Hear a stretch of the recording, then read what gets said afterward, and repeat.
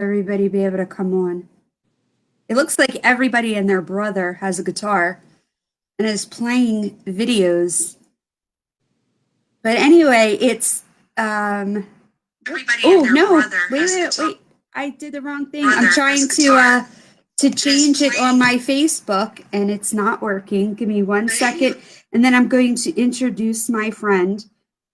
Start a watch party. There we go. All right.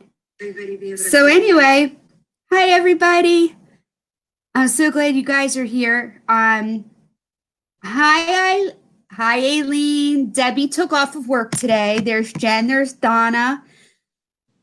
Do you want to see Marty? I'm giving him the big entrance that he never had. Marty, are you anywhere there that you can come out and say hello? Hey Ross, Marty Yeah. Ross. Hold on a second. There? I'm wearing my mask, so So you can't. Uh oh. Uh oh. There. I look in California. No. So we're told to wear our masks. So we. No. They wanted you to cover your mouth, not your eyes. Well then. You people in California, you just don't get it, do you? That's actually perfect. I'm gonna go ask your family if they would prefer if we duct taped your mouth. All right. That's perfect. Hi there. Jody Ritson. Marty Ross, how you doing? Okay, so isn't that the question that everybody's like says? Well, this is like 5-minute answer with everybody now. The last time I saw you, I weighed 12 pounds more. The world wasn't isolated. And we were able to leave our houses. Do you see what I've done to society since getting sick? I just made sure that everybody was in the house. Well, let's just say that I never thought I'd dream of leaving the house as being a qualified dream, but it's like I dream. What do you wish for on your birthday? I wish for Hobby Lobby to reopen. No, I wish for my birthday to be that my birthday's June 5th, but yours is October 21st. But I have a feeling June 5th, where store's still going to be shut for a little bit, you know? I'm going to actually send you a cameo video from maybe Peter Noon wishing you a happy birthday since we can't go shopping. No, I've been doing a lot of cameos for hospitals. Like, no, never mind. So what's it like there? I mean, I know that we've been on lockdown. Well, I've been on lockdown for 6 weeks, but you've been on lockdown. Well, that didn't end well. Apparently my phone was drinking too. What are you guys doing? I mean, well, hold on a second there. What was that? A glass of wine? That was a glass of wine. You're kidding me. No. Hey, you're gonna hang out with us. Here's to a sober America. Right? Cheers. Cheers to everybody. Let me ask you. No, you're supposed to drink with it. You're supposed sorry. Oh, sorry. Yeah. You can't do a cheers and then not drink. It makes the whole thing go. I'm not a professional drinker. I'm sorry. Let me ask you a question. I'm becoming one tonight. Why can't you people in California follow the freaking rules and stop going to farmers markets in the middle of a pandemic? Well, I'll tell you why. Problem. I'll tell you why. Okay. Is it privilege? California or Southern California, other than a lot of other places, is a lot like Florida, and Louisiana, where you see these breakouts. New York in a city is by itself its own thing. It's the oldest gathering ground in America, and that's what it is. It's the big city. But Californians are by nature outdoors people. We spend our time outdoors. We don't like being indoors. In fact, we don't have garages. We don't have basements. It's just, we have carports and cement slabs. And it took a little bit longer for the Californians to get it because of the fact that we are an outdoor culture. It's that way. Oh, if I can't be inside, and I can't be with other people, I'll just go to the beach, because you figure that that's what California is going to think, to get away from everybody. It's the same thing that the idiots did in Florida, where they figured, Right. well, they're coming from all parts of the world. Specifically, that was a spring break thing, but to be outside. They weren't coming there to stay time at 6 feet, you know. And I think that that's that. Now we're getting it. I've been inside. I haven't been on my sidewalk in a long time. Really? I haven't been out on my sidewalk. I've taken the garbage out, and I've gotten some mail, but I'm not allowed to. My daughter says I can't touch it, so I have not been on the sidewalk for a couple weeks, and it's really a lot of fun. All I have to do, though, to make it fun for me, and I'm kidding about it being fun, is I just imagine, because I'm of the Generation One Monkeys fans, which basically were the fans that grew up with the threat of nuclear war. So I just keep thinking that we're like in the middle of a nuclear war and we have to stay in our houses. And then I start also thinking about people that have gotten busted for cocaine or pot or whatever, that are spending time in jail.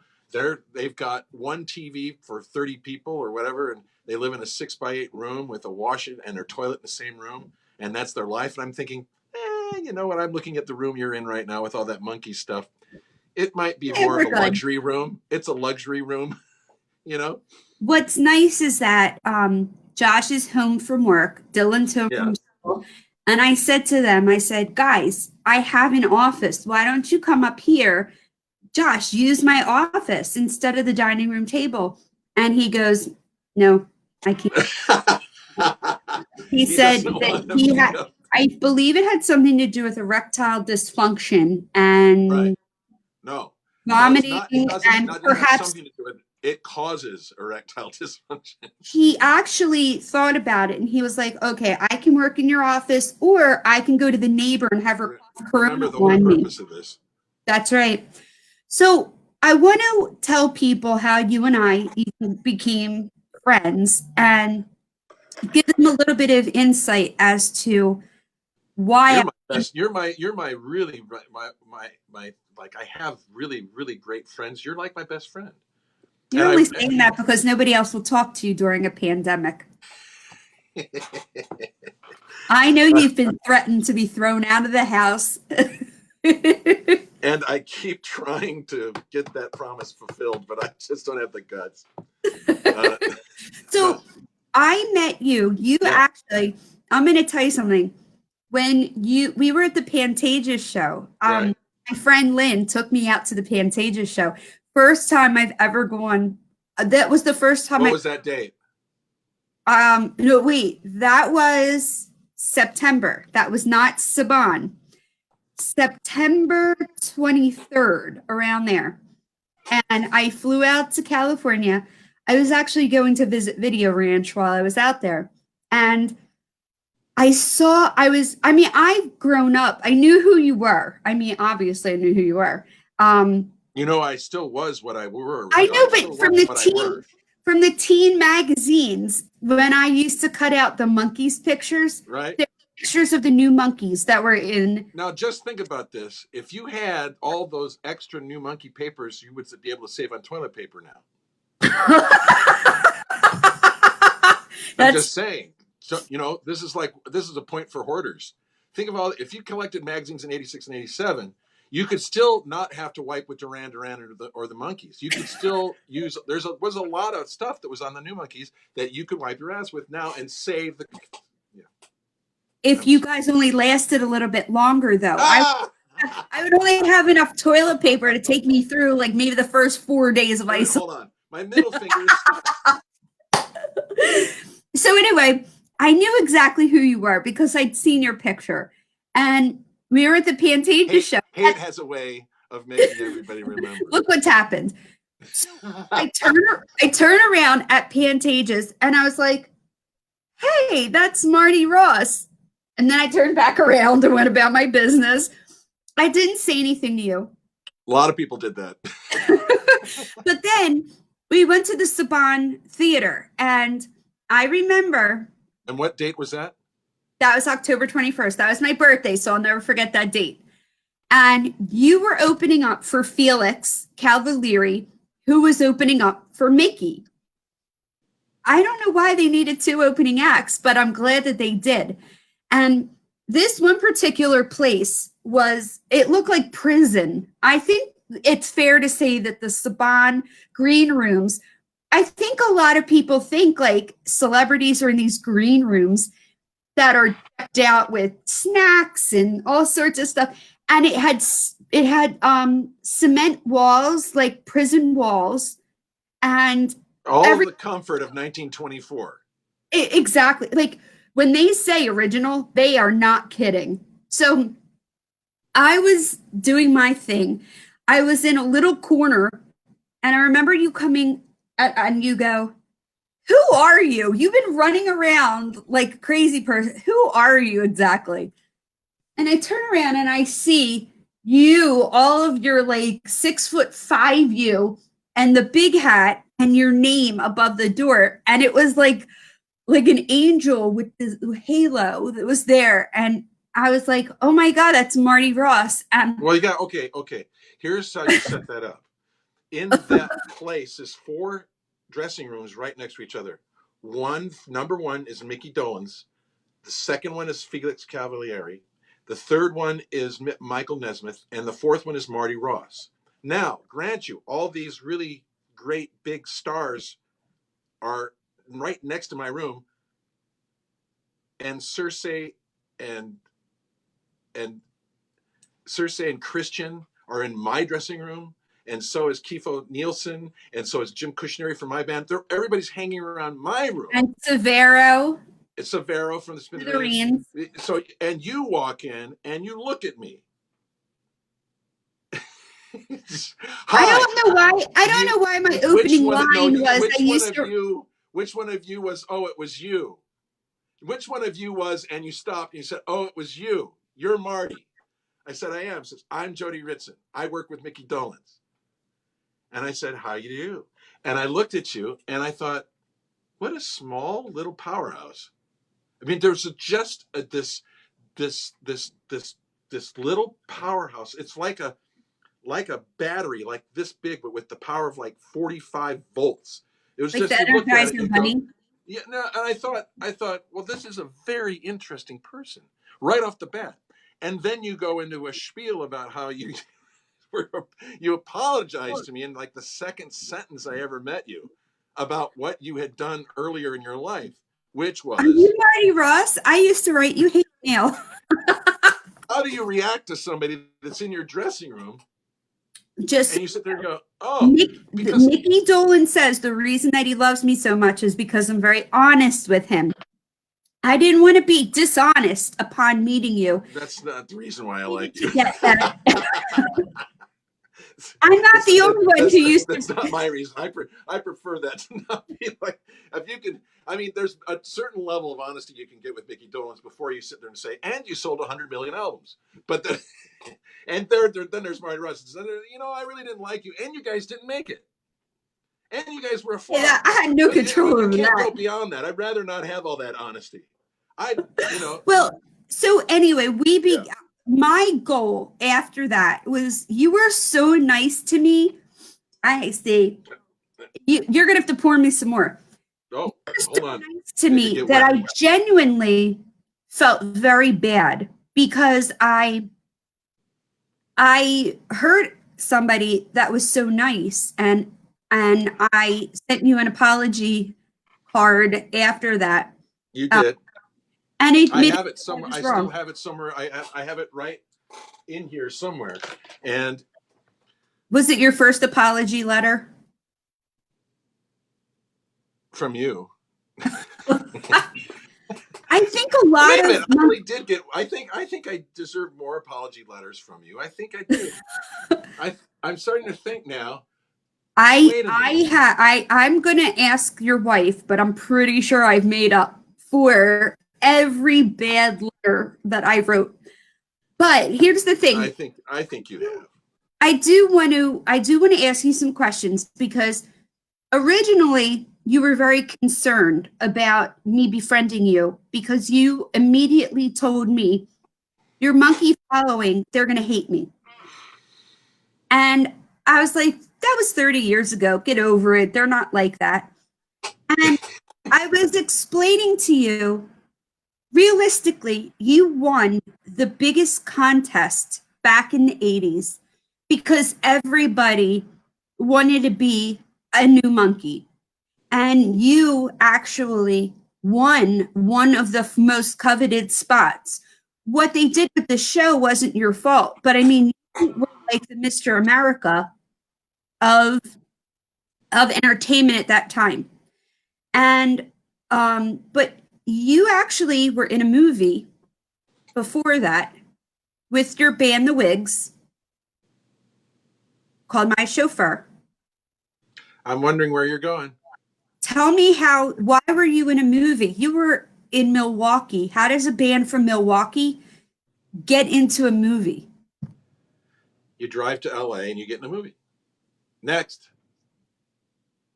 You know, I Nobody knows this story, so you have to start from the beginning. okay. Uh, I was I was born in Eugene, Oregon.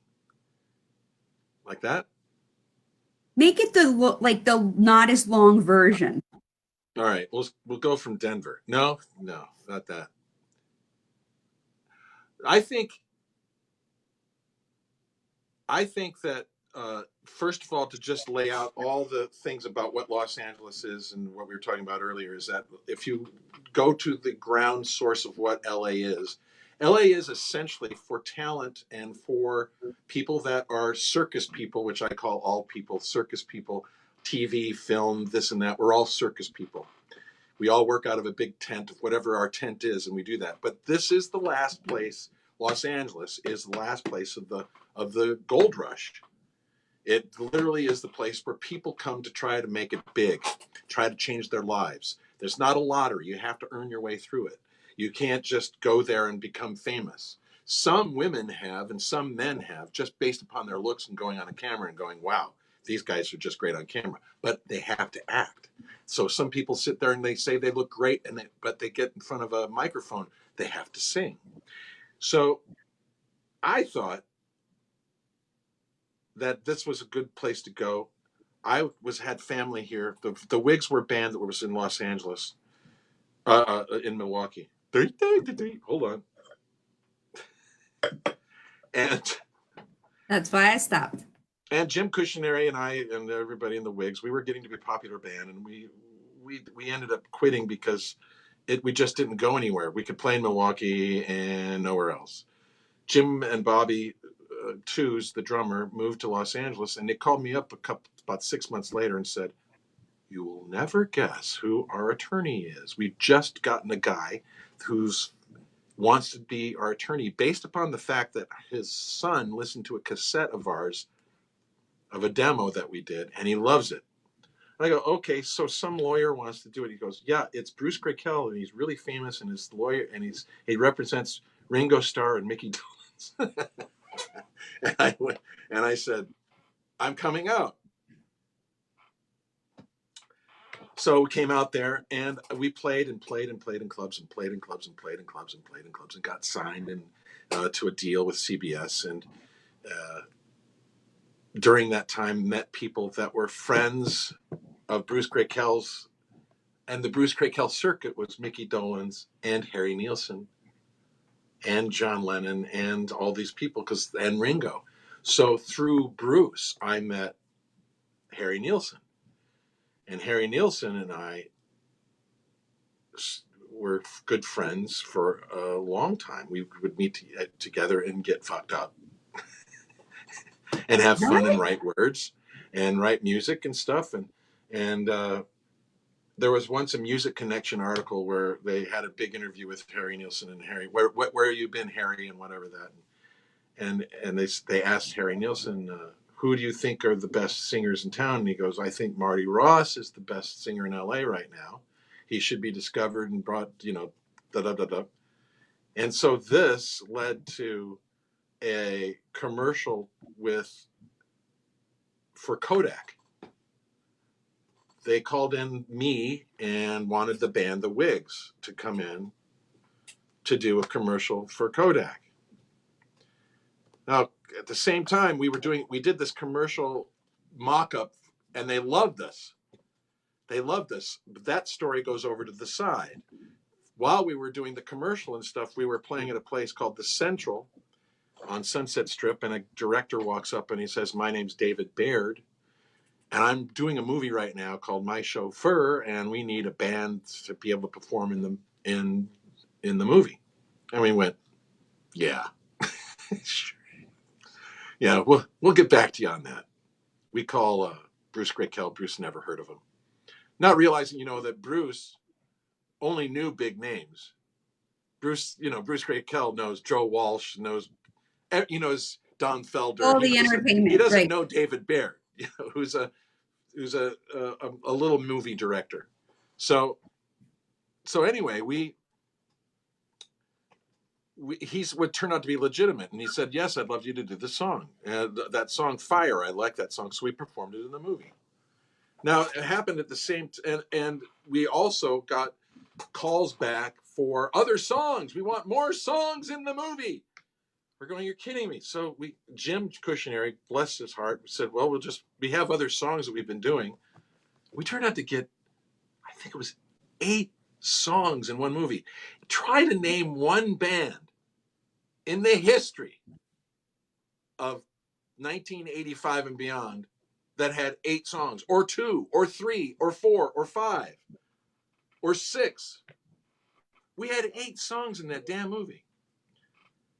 Now, concurrently on that time that My Chauffeur came out and was the #1 movie the first week it came out, it was so cool to go see myself playing. I got hooked in show business in the other way. I went, whoa, music's fine, but man, being on the screen is something else. This was that led me to getting a call from the guys that did that Kodak commercial just before we did My Chauffeur, and saying, "We'd like to have you come in and try out for a show called The New Monkeys. We just saw you in My Chauffeur, and we're convinced that we need to have you come and audition for this show." So you see, they're both connected. So that's how you get in a movie called My Chauffeur, and that's how you start the process with the New Monkeys. When you got the New Monkeys, I'm just curious. Well, I'm not curious because I already know the answer. What I was trying to explain to people is if you're a monkey historian, how doesn't matter if you were a fan of the New Monkeys or not. What I find to be amazing. Hold on a second. Oh, what I find amazing is that you actually did work with Steve Blauner, Bob Rafelson, and Bert Schneider, correct? Absolutely. So were they trying to duplicate, as far as you know, the exact same process that they did with No. these? The process was exactly the same. The result was completely different. The execution was similar, but the results were completely dissimilar. I believe that they honestly felt, from the producer side of it, that Blauner, Rafelson, and Schneider believed that the Monkees was their creation. They were the Geppettos. They possibly didn't have any idea about how popular their creations became on their own. So if you Do think you of the think they 86, felt tilted in '86 when the Monkeys got big because I um, believe that Rafelson and Schneider thought that, hey, that's our band, that those are our guys. And by that time, they had nothing to do with Rafelson and Schneider. they weren't getting any royalties off the tours and stuff like that? Would they have? Tour is different. The songwriters get a blanket fee for. Oh, there you go. That's my girl. Yeah. Where's your bottle? Nah, I don't need any Oh, more. that's right. I'm a You lost lightweight. 12. You've lost what? How many pounds? 12 pounds. 12, yeah. Can we go on a sidebar on this? We'll talk about that later. No. I mean, no. I mean here. I have the because you come out of a big surgery. That's really important. We can't go on without like talking about my past I without don't think talking about any. nobody cares about my surgery. I think that here is an example. Okay, first of all, we have hi. Say hi, Jody. Everybody, say hi. Oh Oh, wait a my minute. God. I have your glasses over there, but we can't have your glasses because you're going to have surgery. So anyway, you're going to sit here and you're going to go like this. I'm going to go. Okay, I have a tummy ache and it hurts. All of a sudden, Josh comes in. I got to take you to the hospital. Josh, do you sit there and come back in the hospital? I got a tummy ache. And the doctor tells you, you have a bowel obstruction and we're going to need to take it out. Okay. So they go like this right here and they go zzz, zzz, zzz, mess, blood, mess, blood, blood, blood, mess, blood, blood, blood, blood, blood. And you wake up and you go, because you're on drugs going, I feel great. What happened? Josh is telling you, you had part of your stomach, you had it almost explode, you almost died. Oh, that would have been fun. Then about I would have 24 hours missed the later, pandemic if I was dead. yeah, Damn right. it. Now 24 hours later, give me some fucking pain medication, god damn it. And then all of a sudden, you spend all this time like this, and you've been like this, you came home, and so they put you in the hospital, they put you at home. Josh and Dylan, everybody's been taking great care of you, and slowly, but slowly, but slowly, you're back up to here, which is like looking right Me there. again. And that's the story of Jody's operation, which is, It and was so almost let's, like exactly like that. right. Exactly. The whole thing with the scissor, with the power tools, and Yeah. what the funny part is that I sent you a picture that the surgeon took of what my insides looked like. It was so bad, and she was so fascinated that she took a photo with her phone, Right. my insides, and how It reminded me of the years I lived in Milwaukee with the bratwursts. what I can't figure out is why you showed your family during dinner what my insides look like. I did do that. Oh my God. Oh, I'm so sorry. If you're listening to me, guys upstairs, I'm sorry. I did that. Oh, by the way, here's Jody just sent me a picture of what it looked like. All right, so listen, can we get back Yes. to some real conversation? And I want to tell you I'd love to why talk to you. I know, but here's the thing. I Yeah. want you to know that your attitude and your graciousness in class about how you deal with your own problems is like nothing else in the world. I'm so proud of you that you've come back to this. You look great. People love you. They want you here on back on this, and you are just such an asset to the community. People listen to you and they love you, and you do great things for a lot of people. And I personally am so glad that you look good and you're coming back. And I can't wait for this shit to be over so that we can see each other. Because if we see each other, it's probably because we're doing a Mickey event or something. And I just can't wait. And now we can go back onto my shitty life. Now people will understand why we're friends, right? Okay, so now, okay, You you're really didn't asking give me me a how I chance to got the be thick job too with the new long. monkeys. Okay, so you have been just amazing from the beginning. I mean, just this is why this person is so important to me. Um, so anyway, listen. So you became a new monkey. You got into the studio. Your album, the music was great. I mean, the the music was great. I love it. But weren't so the wigs, were they the original choice? Did they originally think that the wigs should have been the new monkey? Like That's how that for? Kodak commercial with Yeah. Victor Fresco and Matt Fastberg, and the movie and the Wigs cross. Is that, are you getting to read stuff and I'm not? This isn't fair. You keep on track. Oh, no, that's, I'm going to throw poo at the screen. No, monkey that. But in any I case, gotcha. so what are we up to? 25 people? Oh, would you shut up and answer the I just want question? to know. I don't have any idea. I'm not looking. No, 60. So can you get back How to many did you say? 60? Oh, come on. We can do better than that. What do they want? Nudity? Marty, listen. Okay, you Where's announce the Marty Ross is Adderall? getting nuded. Take it No, wait, now. that could make it go down. Okay, listen. Yeah. What happens? So you become a new monkey.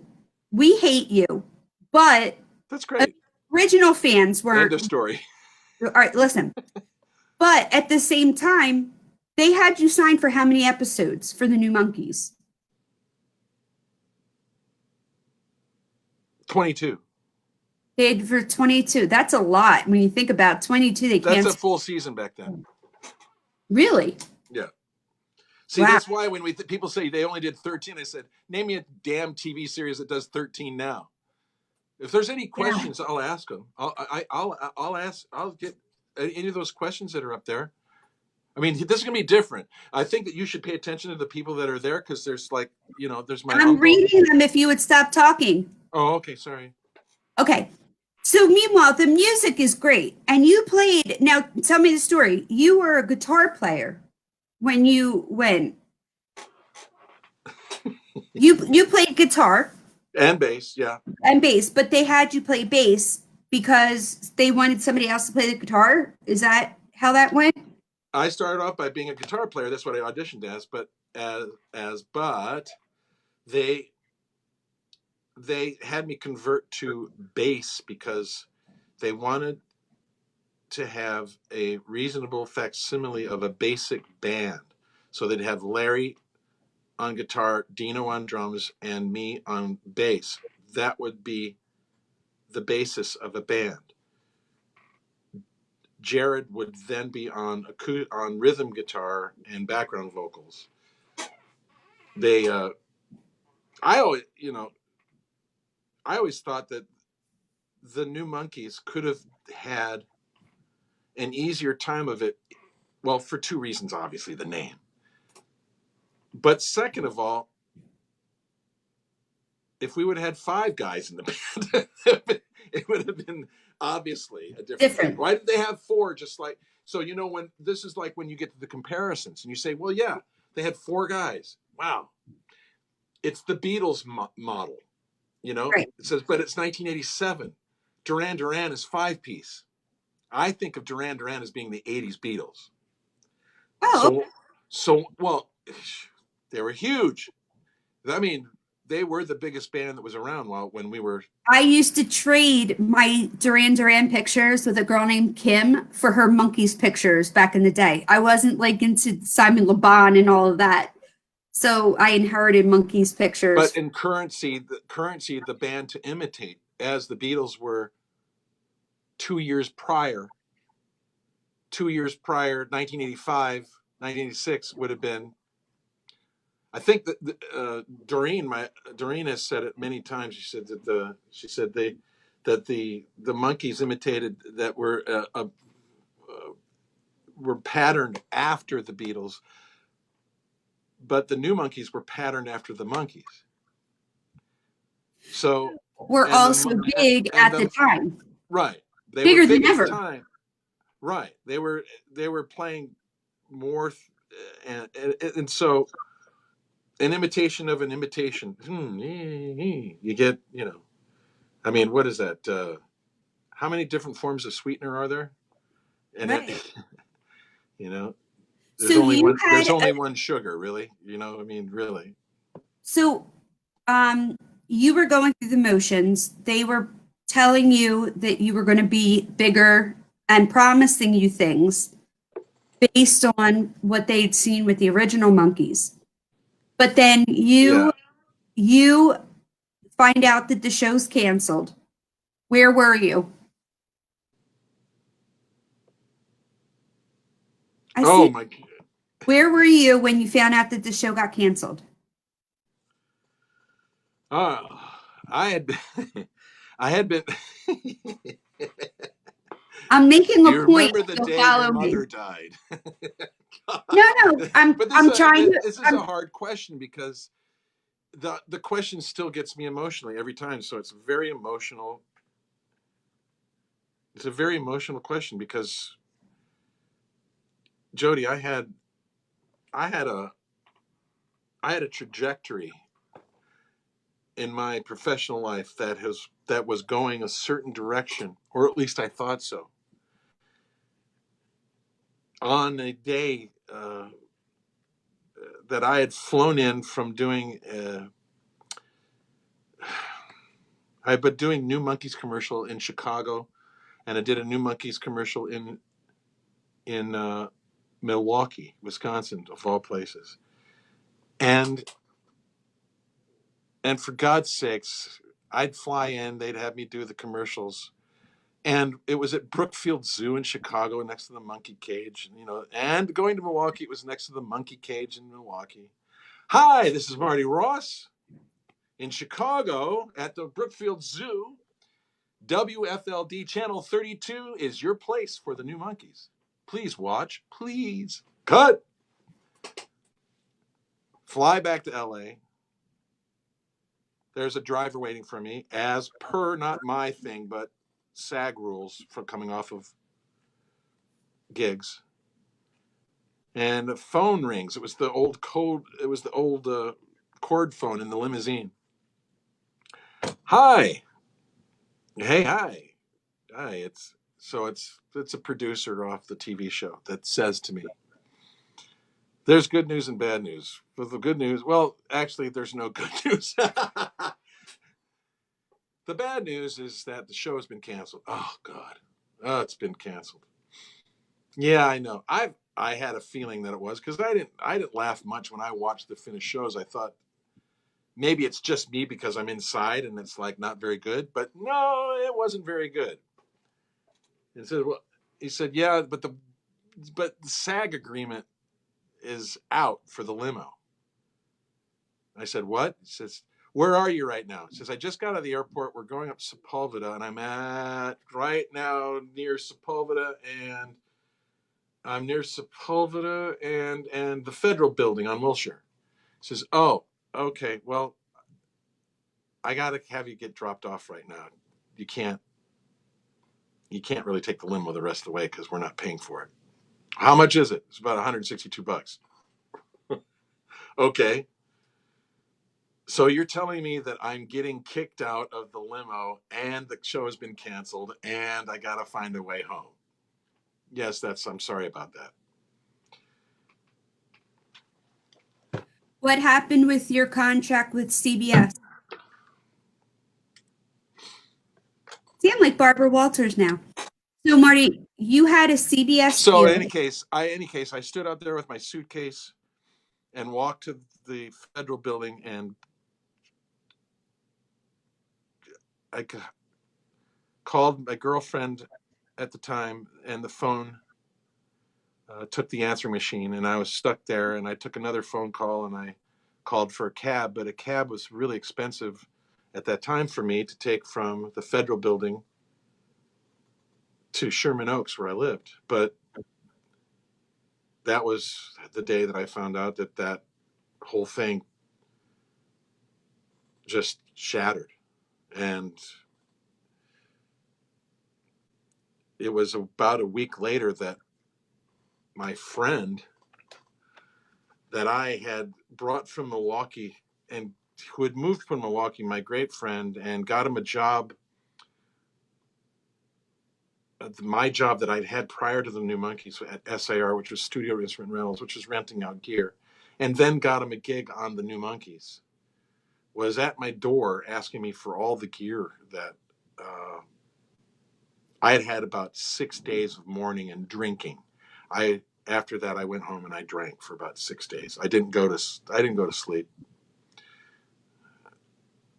I just drank and drank and drank and drank and drank. And on the top of that, I got a knock on the door. And it was him, the friend of mine that I had given these jobs to, and he said, I have to come for the gear that you have been given. And I went, oh my, you're kidding me. That's the only thing I have left is the studio and this, and I'm going to write, I have to do demos and stuff. Within about an hour, a whole bedroom in my apartment was gone of everything that was supposedly given to me.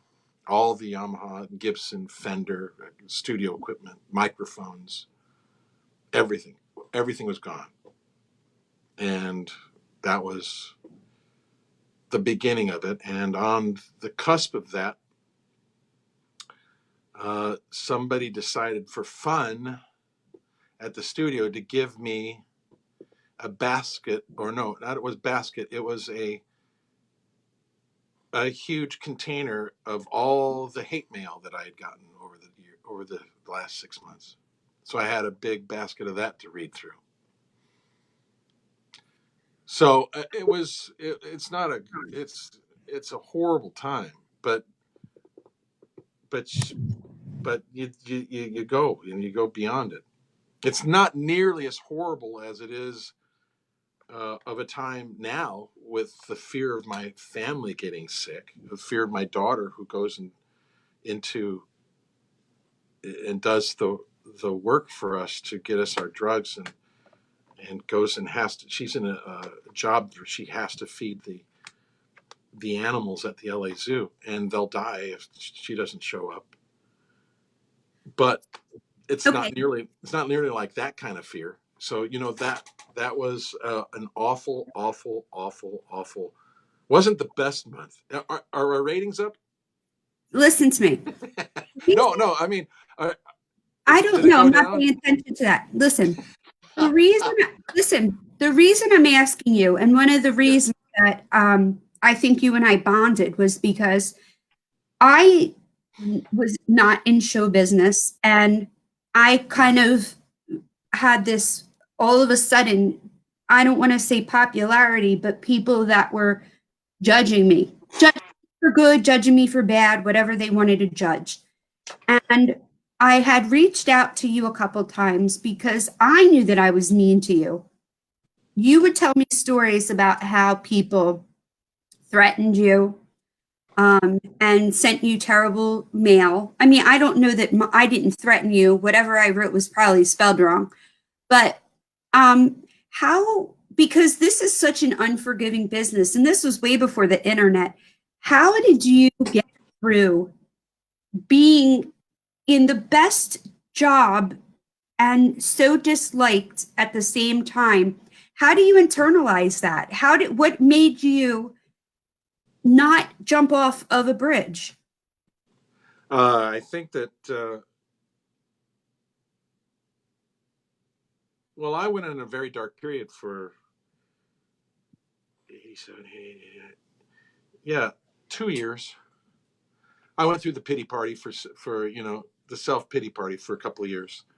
Uh, I, I moved to Chicago and then moved to Milwaukee and rented a room from a hoarder, and it was really weird to be in my aunt sleeping on a cot with a 27-inch TV and sitting there drinking to excess every day, kind of knowing that I'm a celebrity in Milwaukee for multiple reasons. I mean, after all, in Milwaukee, if have been on a TV show, that's as good as being current.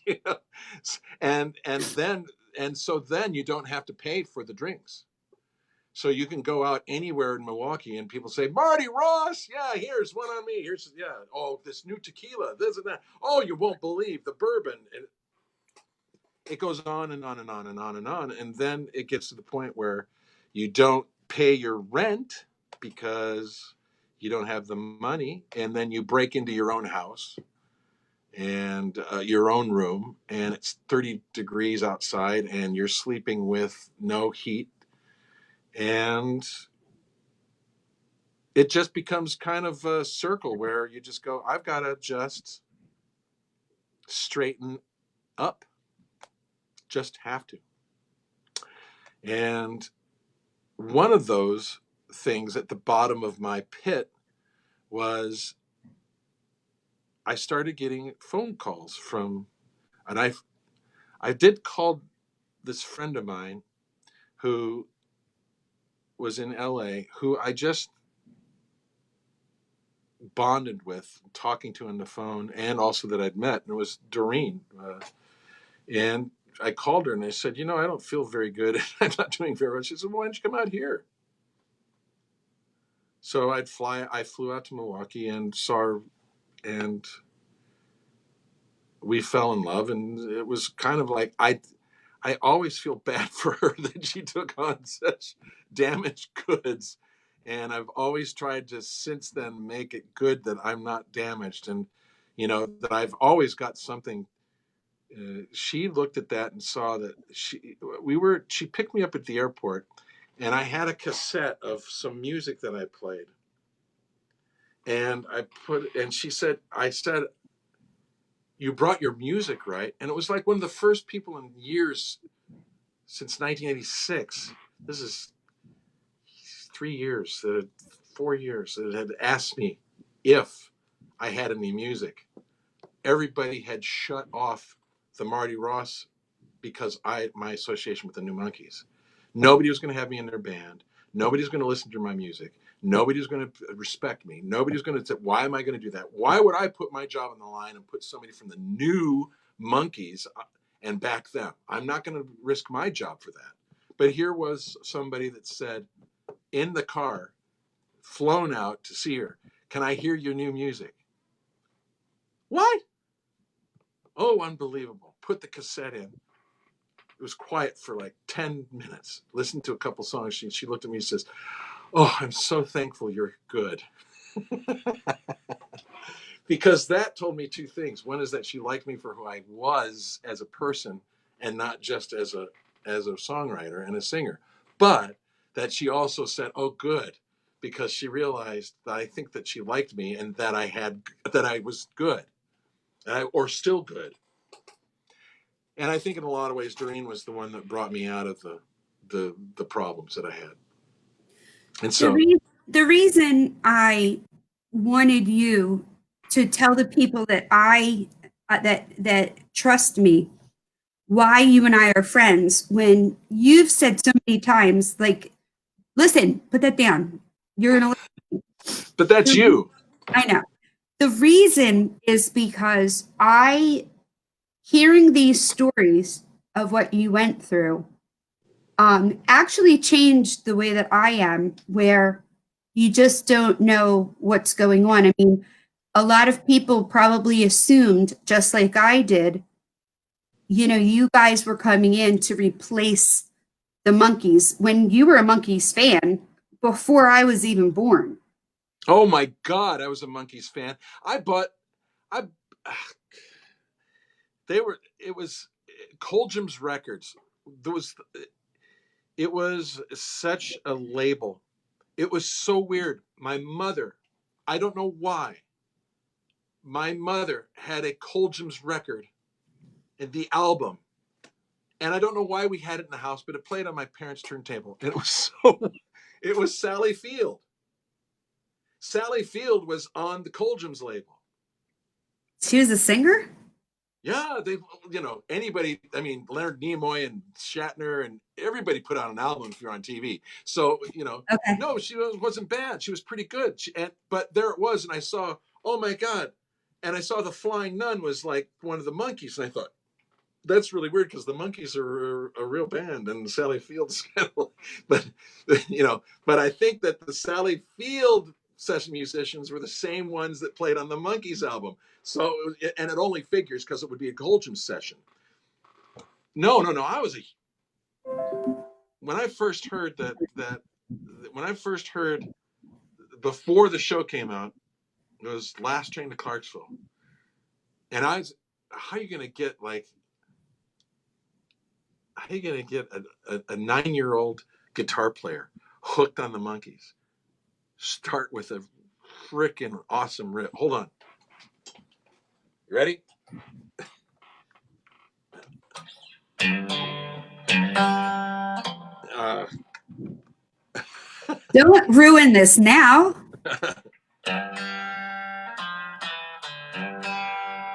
So when I first heard that, I went, this is what I learned when I was years old. I mean, think about the Beatles songs like coming out. All You Need Is Love, Baby You're a Rich Man, all that stuff. There aren't any guitar riffs in it. That was a guitar riff. And it drew me. And then, of course, I knew okay, I'm just going to brag a little bit because it makes me feel good to brag a little bit because of all that other dark crap later on. But I knew how great Mickey Dolenz was of a singer when I first heard it. And I knew things that were different about how he could sing. Now, you can go along for tone, you can go along for attitude, you go along for anything, you can go along, the guy's a natural, whatever. But the fact of the matter is that here's a guy that walked into a studio that was told that basically all the music was done and all this, you just go sing. And then at some point during the recording session, he's asked to double it. Now, this is a skill. You can't imagine what, or anybody can imagine. This is not just something you just go do. You go out and you sing a song, and then you go and you have to sing exactly like you sang before. Mickey did it. He did it so good that it reminded me of the Beatles, because the Beatles were great at double tracking. And I went, wow, there is a guy that can fucking sing. And he knows how to duplicate what he's done. I mean, if I went, and I had to double that. Do you hear what I did? I went straight with no vibrato, then the vibrato. I'd have to double the vibrato too, exactly. Or else when you play it back on recording, it sounds junky. In order to be able to make a double track sound really good, you have to be good at double tracking. He knew it instinctively. No, I that blew me away. I hadn't realized that you guys weren't like all friends. And when I first met you and you were nervous about coming to the East Coast because you said you were so afraid that the Monkees fans were going to be rude to you because you were used to that, because you kind of like did nothing for a long time. And then all of a sudden I said, well, come to the East Coast. We're not like that. We're really cool on the East Coast. You're a celebrity to us. You were really nervous to the point where I felt like you were going to have a panic attack, worried how people were going to receive you. And from the beginning, I said to you, you're no longer, in my opinion, Marty Ross of the New Monkees. You're just Marty Ross. You are very talented. You're one of the best singers I've ever heard.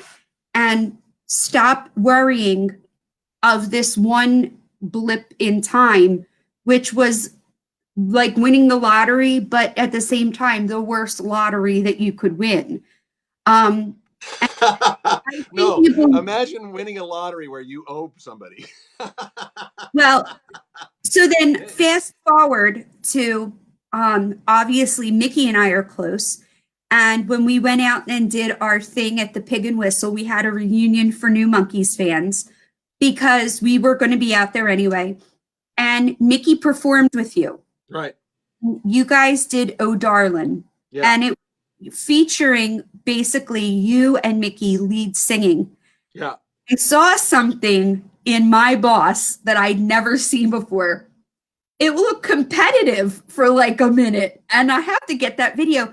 But because your vocals are so strong, he was upping his game, and then you were upping your game, and I'm sitting there going, what the hell is going on here? This is like a sing-off. I couldn't believe.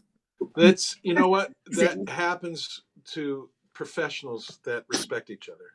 And that was the big thing, that I got that respect vibe, and all of a sudden I went, whoa, and I got exactly what you're saying. And he's actually doing this thing.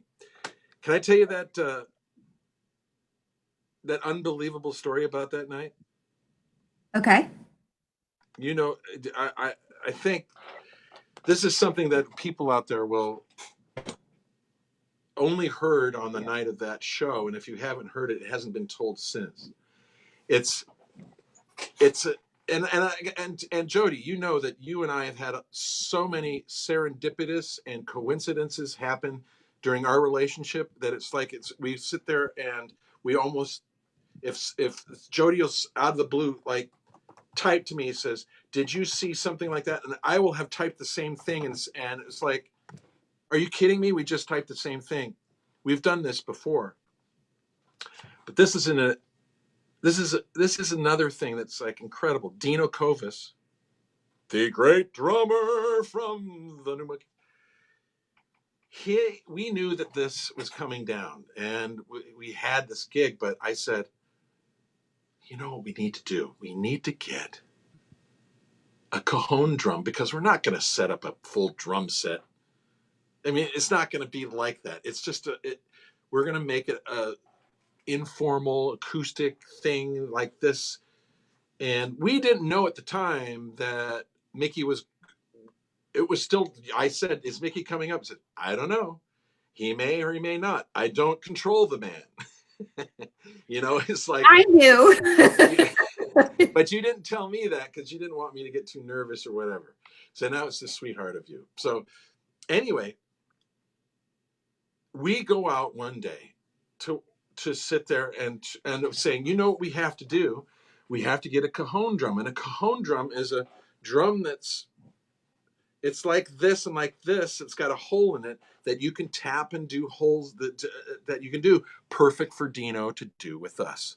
Oh, wow, that's what we're going to do, was our idea. So I went out and I said, Dino, let's go find what we can get. So we went out and I looked around the stores and we went, oh, good grief. I'd been in the Guitar Center like a day before and I went, we have to find one that's going to be particularly a good sounding one. It's got to be the best sounding one. Okay, when you hit a drum's going to have a sound like this. Everything that you hit is a different sound. Everything. A cajon drum has to have certain qualities and certain sounds, certain quality of sound. One is a boom, boom, boom, and another one is tee, tee, tee. So that you have that. I went to Guitar Center the day before I knew I was going to take Dino out. I played 34 of them, and none of them had the quality.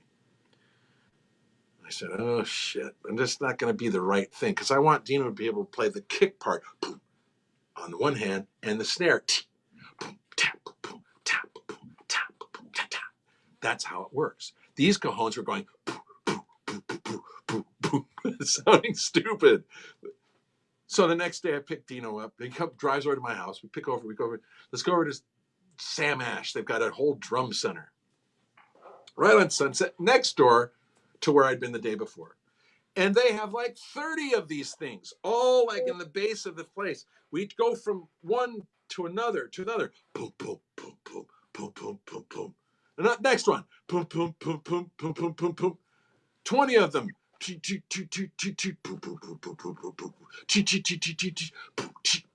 Whoa, whoa. What was that? Whoa, Dino, what's that one? It's the fucking last one. There isn't any other one available. It's the last one on the thing. And I said, well, pull that out. We're buying it. I don't care how much it is.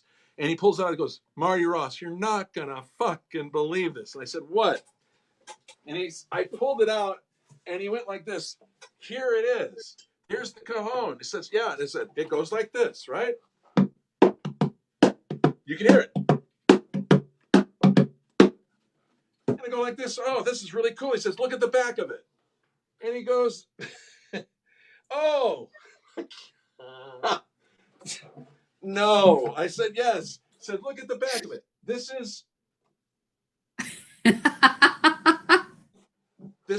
the one that sounds the best, and it's made by Mickey Dolenz. Do you realize that doesn't happen? I'm picking up a cajon drum for Dino Kovis of the New Monkeys to play at the New Monkeys concert that Mickey Dolenz will show up at. And it's a big deal. Let's find this drum. And we find the drum, the one drum out of the 65 that I've tried, and blindly pick it out. And it's made by Mickey. And what number was yours? 1. And do you see? Oh, no, really?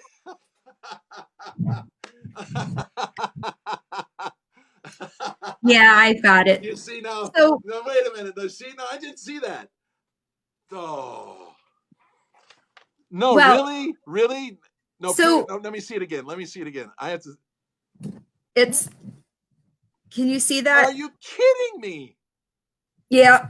Jody Ritson? And I remember you calling me and freaking out about this coincidence. And I said to you, Mickey I. called me driving to drop it off at Sam Ash.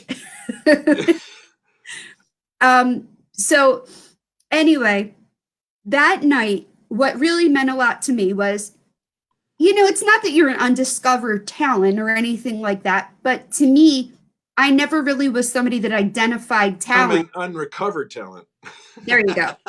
I didn't really, when I say that I really like something, it's based on what my ears say, not necessarily on how talented somebody is.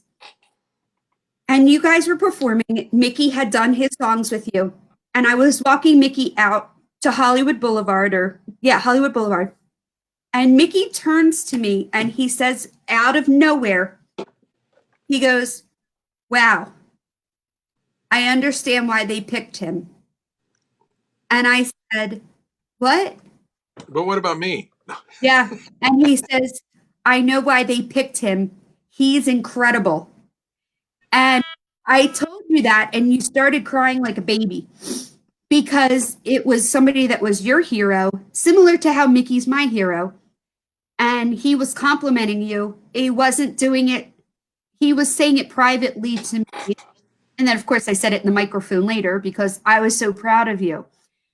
But when you perform the couple times with Mickey and Mickey's solo band, you had originally thought I had something to do with it, and I did not.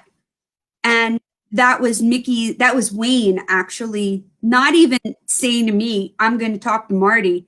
That was you saying, "Oh, I already know you know this." And I'm like, "What are you talking about?" They had asked you to join them on stage. And then on top of it, Oh my God.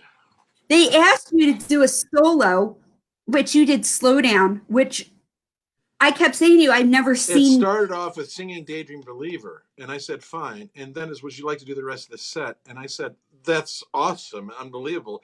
And then, would you like to do a song in the middle of this? And then I started, I said, I joked with Wayne, I said, the only place this can go is that, Mickey comes on for one song and we do the rest.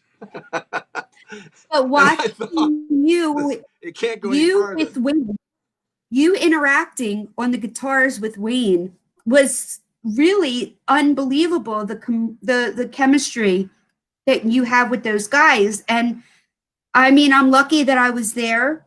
But I every time I remind you, I don't look at you like you are from the New Monkeys. I look at you like you're standalone.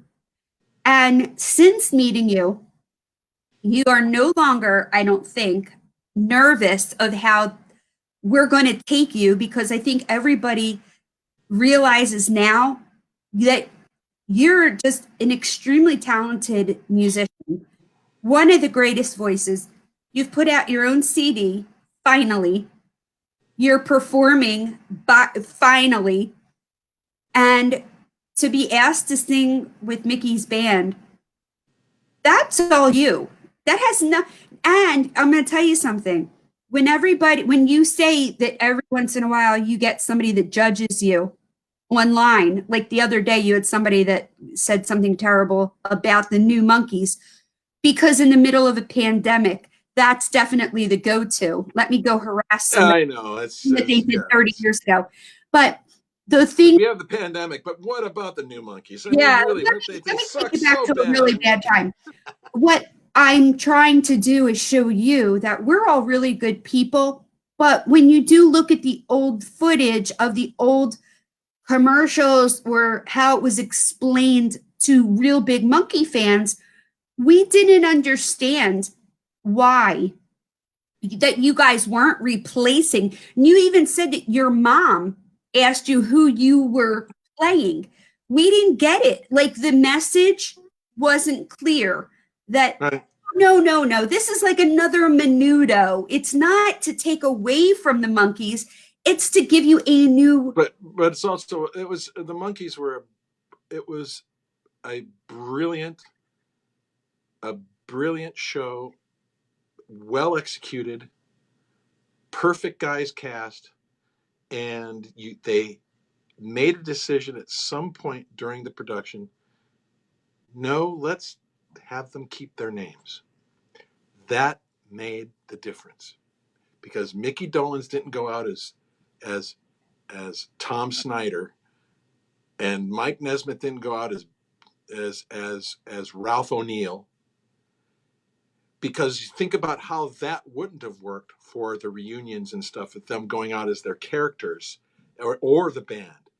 They were themselves. They were cast as their own names. Now, where that worked for them, it worked highly against doing a remake because you could do a remake of the Munsters because the characters were Lily, this and that, or whatever, and the actors may be changed. It was the new But face with the you same can't name. replace the monkeys because they were the people that they played themselves. And that was the thing. I'm going to play some songs. Oh, no, you're not. It's an hour and a half. I got to go to the bathroom soon. We can do this again if you would like to do that. Wait a minute. Can I play Oh Darling? I want to do Oh Darling because... All right, I'll let you play one song. But wait a minute. Can you give me one second? This is going to be great. I understand it's going to be great. Yeah, it's going to be great because I set it up for the whole thing. Oh, okay. I mean, I'm really good. This is my audition. I hope you take. See, I have a. Your audition. This is your I just audition. happen to have a microphone. Oh, darling, if you leave me,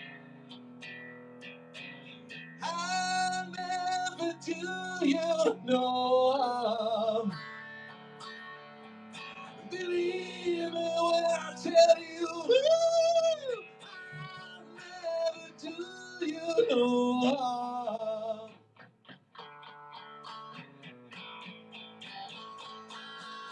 When you told me you never knew.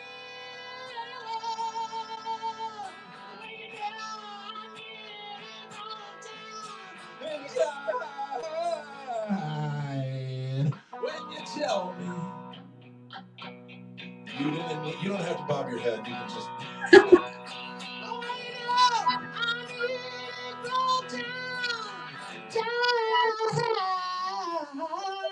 Oh, darling, please leave me.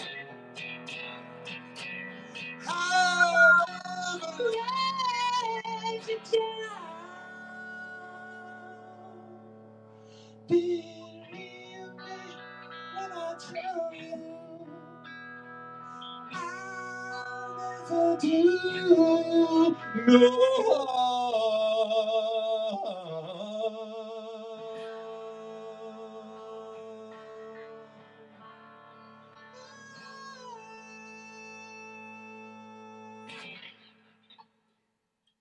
See, it doesn't take long to go through a Marty Ross song, especially when if he's not written it, especially when it's a Beatles song, especially if it's the one that he sang with Mickey Dolenz on that fateful evening that Jody Ritson made happen on that evening.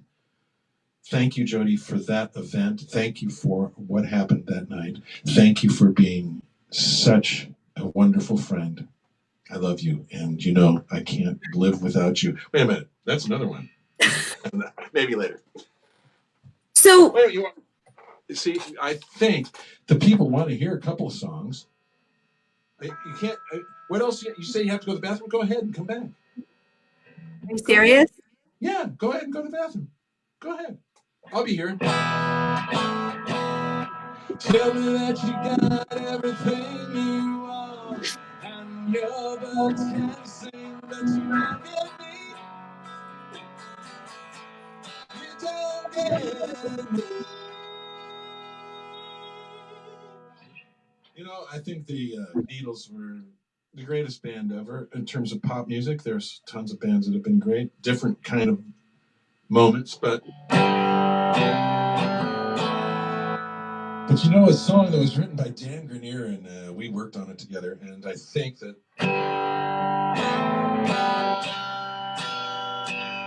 someday when I'm old and gray, and my besties leave behind, now it's just like 1,400,000 more guitar players on the internet. Rolling out that carburetor no longer cures my mind. There'll be time enough for dying. No need to rush the gate. Maybe if I quit my crying. No time for tempting fate. Don't pull me under. Don't treat me that way. Don't pull me under. 'Cause I still got a lot to say. Don't pull me under. Oh yeah, now don't treat me that way. Don't pull me under. 'Cause I still got a lot to say. Oh, I still got a lot to say. Hell, I still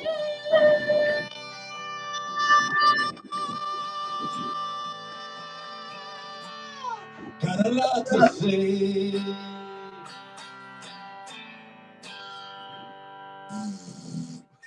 Thank you. You're just so talented. That's it. Nobody So can do better farts than me. can we do this again? Because you are, I But mean, wait a second. Now I'm going to teach you broadcasting now. So see, Jody's new to this. She needs to know that the people that are watching, whatever the four people, mom, dad, your husband, and well, Dylan's gone to sleep. No, he's on a game. And so this is like the people that are watching. They have to know that you have John O'Hurley from Seinfeld and many, many things coming up. What day is that happening? that is happening Monday night at 8 o'clock my time, 5 o'clock your time. 7 o'clock Rockford. Nobody cares. It's 150,000 people. I mean, think of them if they all tuned in. It would blow it apart.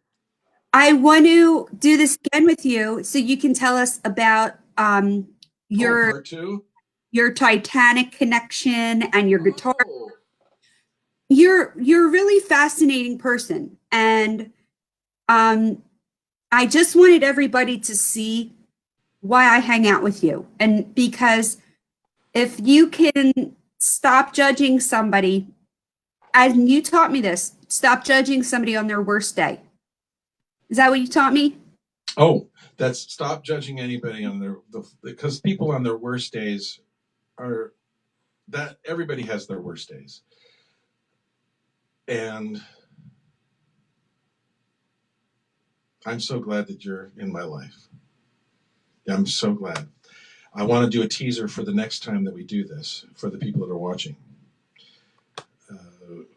There's been a lot of people that have asked me if I have connections to any of the New Monkey CDs, and it's not been made for a long time, and people want to have it. And I just want to say, next time that you do a Marty Ross interview, can I do anything without rhyming? There will be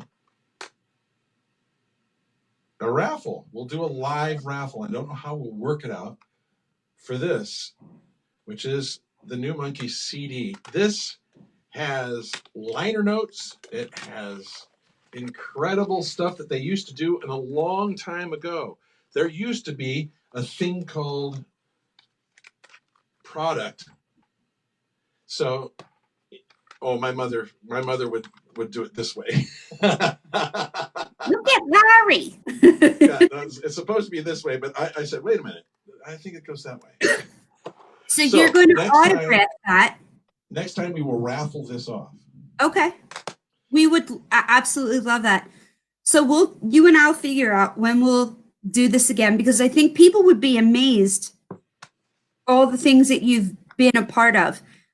But I'm glad that you at least, even though I didn't tell you what I was going to ask you about, I'm glad people were able to hear the reason that we became friends, because you you know, you've been through a lot, and Oh, we didn't go through cancer or any of that crap. with Who cancer, cares? we'll talk about that in I, just I, a I minute. think, but when you're closing now, Okay. that's the thing is we should just tell people that And it's all coming jest soon, and we will everything is. discuss bipolar, cancer, the Titanic. We'll just get, Yeah, that's true. All of we'll them have going down. your medical records are on their way to me right now. Everybody out there, make sure that you're staying safe. We're under something now that is so momentous. It is the subject of our times. It is. There's going to be a time when we are going to refer to life pre-corona and post-corona, and we have to understand that this is, if you want to live in the post-corona verse, take care of yourselves. Keep yourselves, go out as the least possible things that you can do. Make sure that you keep yourself comfortable and keep it safe, because I'm dreading the day that I hear about one of you that has caught it. So I don't want to hear that, okay? You people take care, because it would kill me to know that some of you out there are being less than careful. So you take it on here out there, Jody. I love you. We could use this time very wisely. You know, this is like the snow day that didn't end, you know? But one of the things that I do want to say is, because both of us tend to get negativity in these live streams, watch what you say to people, because everyone's getting a little bored and a little testy. And just because you have a keyboard doesn't mean you shouldn't think before you type. I learned that when I wrote my nasty letter to Marty that I apologize for, but not everybody. Pre-internet days, mind The you. internet, imagine you instantaneously. It was just to me. Right. Now my kids will say to me, Mom, did you see what this person wrote? So Yeah. think before you post. We're in difficult times, and we all need to pull together. And I'm glad people got to see you as how I see you. And we're going to do this again. Thank you for entertaining us. Thank you for sticking with us. And I'm glad everybody got to see the real Marty Ross. See? We all Worked out. Good. Yeah. All right, everybody stay safe. Are we off the air yet? We're going to be off the air in a minute, so watch No, you're supposed to say yes. Yes. Did they buy it? They think you're talented. Let them believe it. Bye, everybody. See you Monday night.